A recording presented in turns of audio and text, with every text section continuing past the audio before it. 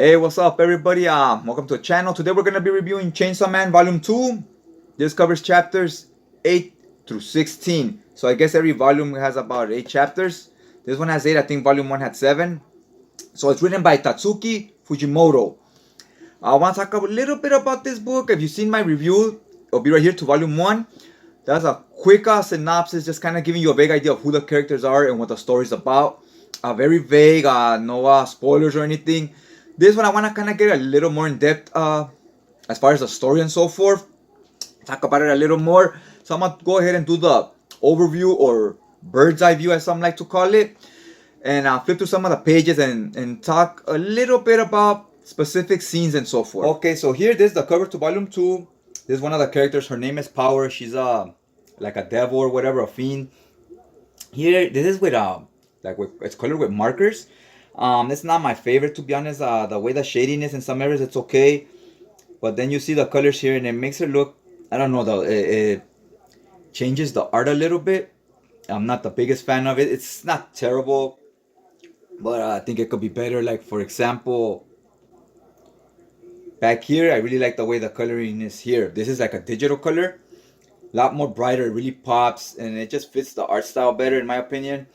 There's no shades or anything though. It's just all one flat colors and the pencils themselves. I mean, look at her hair. It's all one color, light brown. Look at her hair here. It's in a lot of different shades and so forth.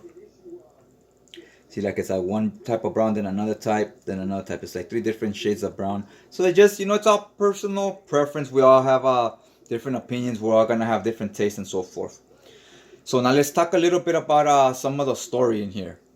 Okay, here, for example, in the art, this bat that he's fighting, it's one of the devils.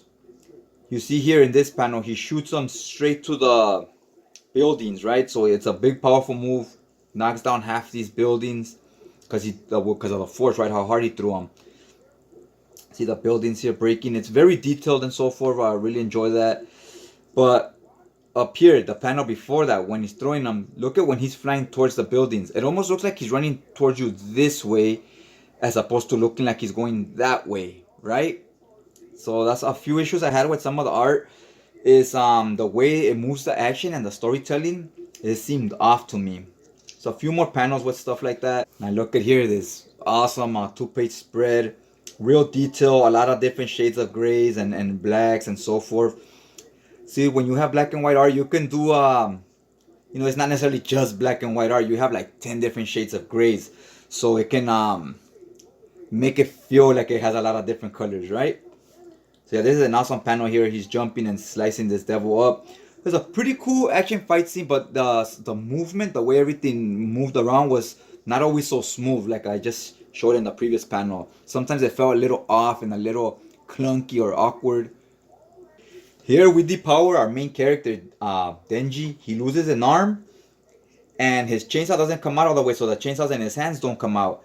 So it was kind of interesting to see. Usually he's the most powerful when he's fighting, so he could easily beat the guys he's fighting against, right? Here he's been depowered, so it's interesting to see how he reacts when he's fighting a stronger opponent, now that he's not as strong. And he's still pretty brave. He still rushes this person here, still willing to go into battle and risk his life when he doesn't have his chainsaws. So he knows he can die and he can lose this fight. So it was interesting to see how he was going to react to that, if he's going to strategize or what's he going to do. Is he going to run away? He still jumped into action, willing to give his life, right, to protect his partner over here, Power. Even though he doesn't always get along with her, he was still willing to risk his life for his teammate. So here you see Denji in Volume 1, his goal was to, grab on some titties and so forth. And here he reached his goal. He grabs on his teammate Power's tits. Now she lets him. Here we get a nice zoom in right here. She lets him because she's grateful that he saved her life. She's like, you were depowered. You could have lost that fight easily, got killed. And you still risked your life to protect me. So she's grateful and she says, I know your dream was to cop a feel. She goes, you could grab on me if you want to. I don't mind because, you saved my life. I wouldn't even be here if it wasn't for you. So he does it. And he realizes it's not as fulfilling as he thought it'd be.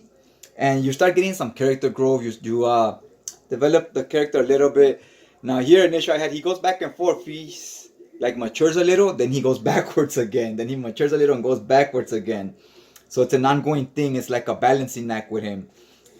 Now the agent or leader of the team, Makima, she's asking Denji for a favor, saying there's this real powerful devil we need to find. So she's sending him, and she's asking for a favor. She lets him grab on her chest. So they're like the women in this book. They use their sexuality as a form of empowerment a lot on this book to kind of control the men and get them to do what they want, right? And the guys a lot of the time fall for it, right? Like they kind of get seduced into doing things and so forth.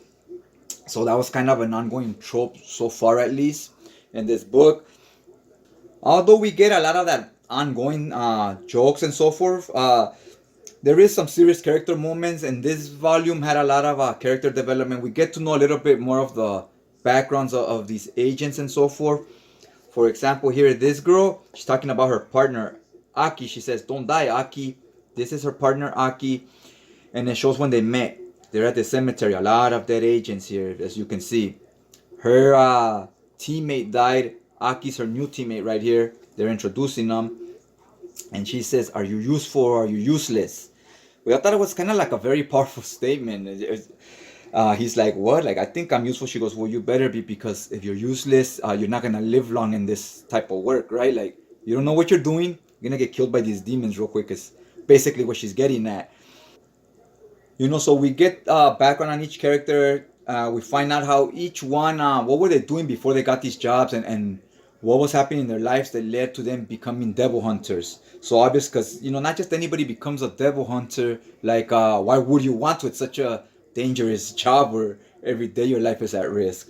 And I thought they fleshed out the characters pretty good here for the most part. So now as we get to know more about the characters and so forth, we feel more invested in the characters, and we start rooting for some and so forth. Like, this is my favorite, this is my favorite.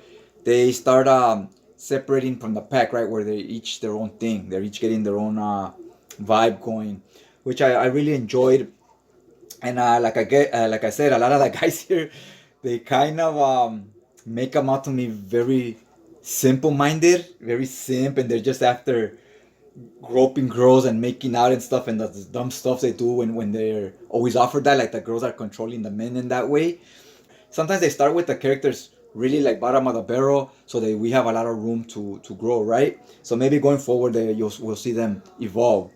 But that's where we're at right now. Is a pretty good issue. Like I said, some of the art is felt I don't know if I want to call it rushed, but yeah, some of the movements and action scenes, like the choreography on it felt off. Like things weren't moving as smoothly as in volume 1.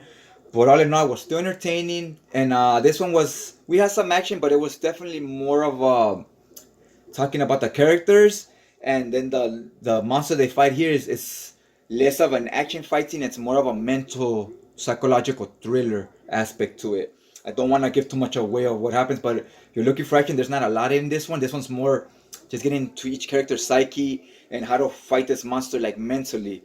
So yeah, all in all, this one I feel Volume 1 was better, but depends on what you're looking for. Volume 1 had more action and so forth. This one had more character development, which I do love character development. And but yeah, this one's a little more slow paced though. Like I said, it's more psychological. So yeah, guys, hopefully you like this video. If you checked out part 1, let me know which one do you like more. Do you like the way I review part 1 or an overhead view like this of part 2? That will be real helpful, because you guys are watching this video, so I want to know what's better for you guys. What do you enjoy more? Let me know in the comment section down below, and I'll check you guys out next time.